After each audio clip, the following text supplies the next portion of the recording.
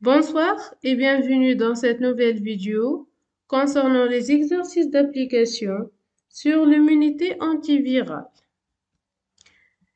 Que c'est? Donc, la première proposition, les virus sont des parasites intracellulaires obligatoires, peuvent se multiplier en dehors d'une cellule hôte, ont un pouvoir infectieux pathogène extrêmement variable, peuvent s'échapper à la réponse immunitaire. Trois propositions sont justes, A, C et D. Donc, les virus, ce sont des parasites intracellulaires obligatoires, c'est-à-dire qu'ils nécessitent une cellule hôte pour se multiplier et survivre. Donc, ne peuvent pas se multiplier en dehors d'une cellule hôte.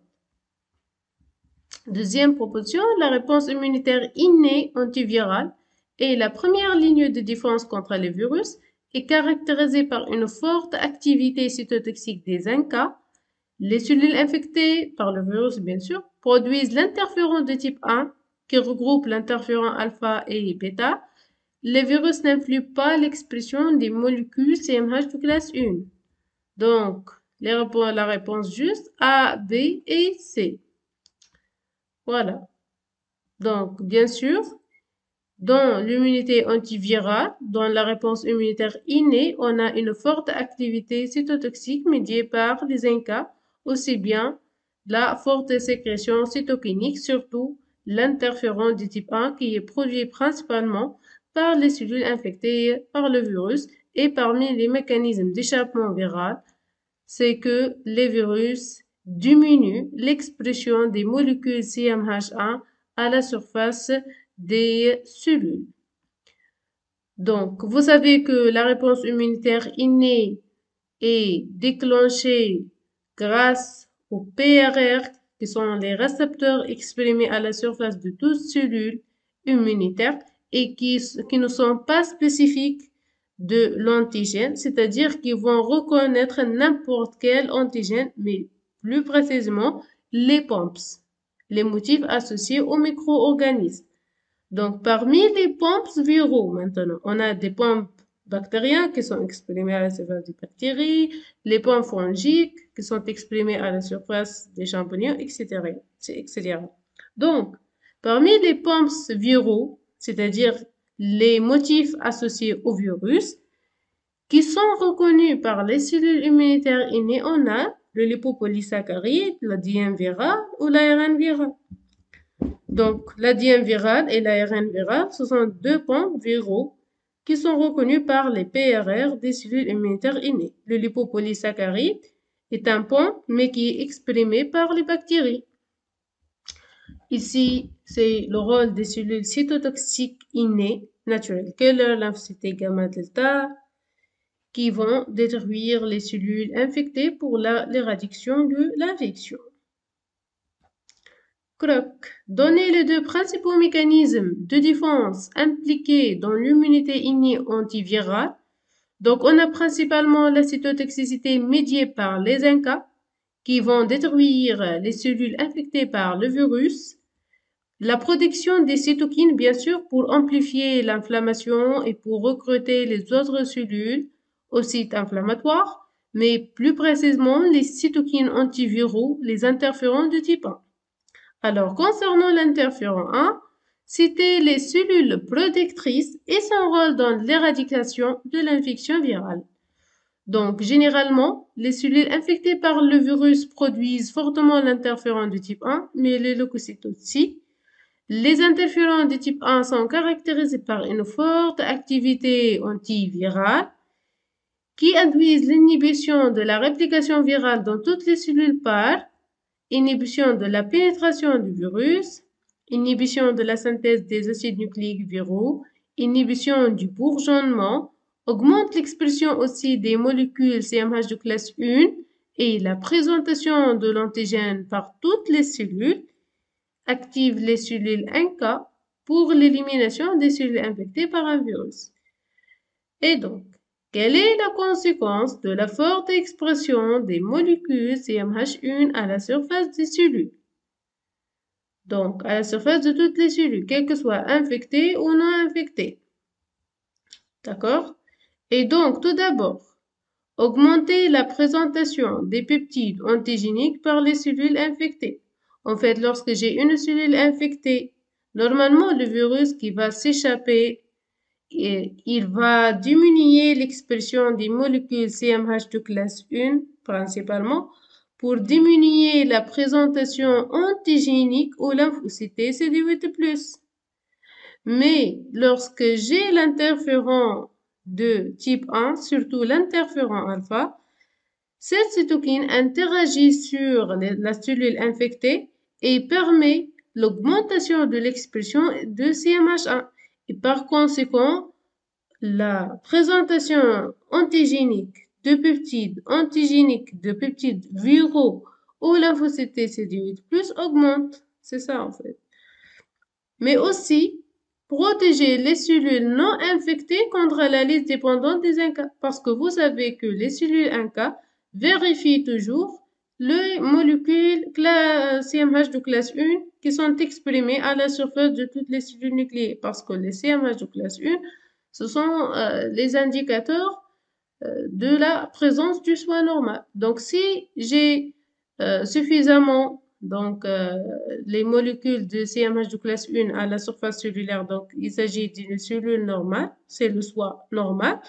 Mais si la cellule exprime faiblement les molécules CMH de classe 1, donc il s'agit d'une cellule modifiée, infectée, tumorale, comme ici dans l'exemple infecté par un virus, et par conséquent, il y aura un signal activateur au niveau des ANCA qui va détruire cette cellule cible par la voie perforine granzyme, par la DCC, par les mécanismes cytotoxiques. Donner le rôle des anticorps dans la réponse antivirale. Donc, c'est vrai que la réponse antivirale est une réponse principalement cellulaire, c'est-à-dire qui est caractérisée par l'amplification de l'activité cytotoxique des cellules cytotoxiques, mais des cellules phagocytaires aussi et tout. Mais quand même, on a la production des anticorps, mais de façon négligeable en fait par rapport à l'activité cytotoxique. On a donc en fait la production des anticorps, mais qui est de moindre importance.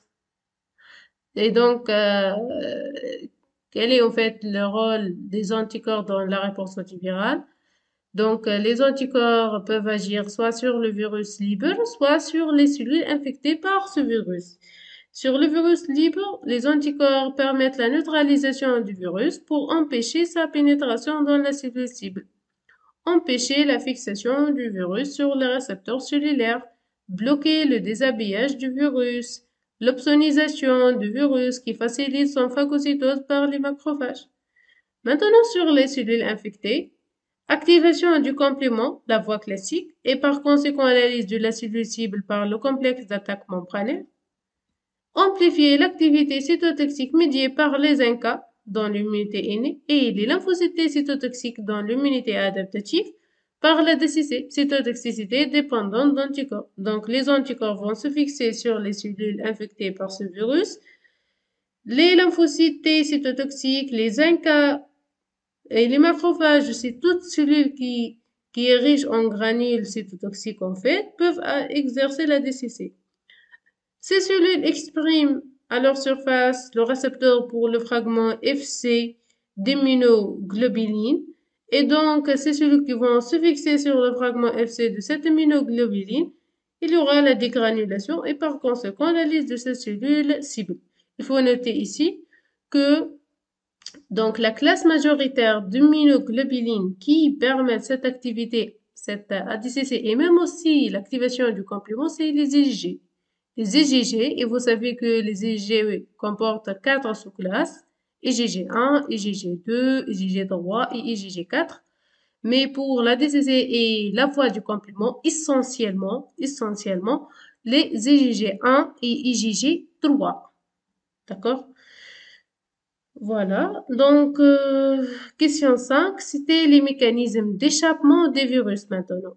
Donc, vous savez que n'importe quel antigène immunogène, bien sûr, qui déclenche, c'est-à-dire une réponse immunitaire, peut avoir des mécanismes d'échappement.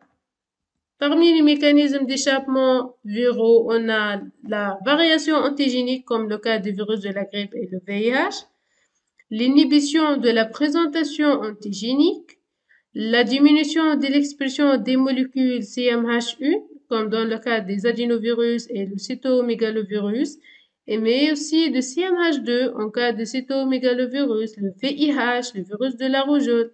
Ici, parce que le VIH infecte les lymphocytes CD4+.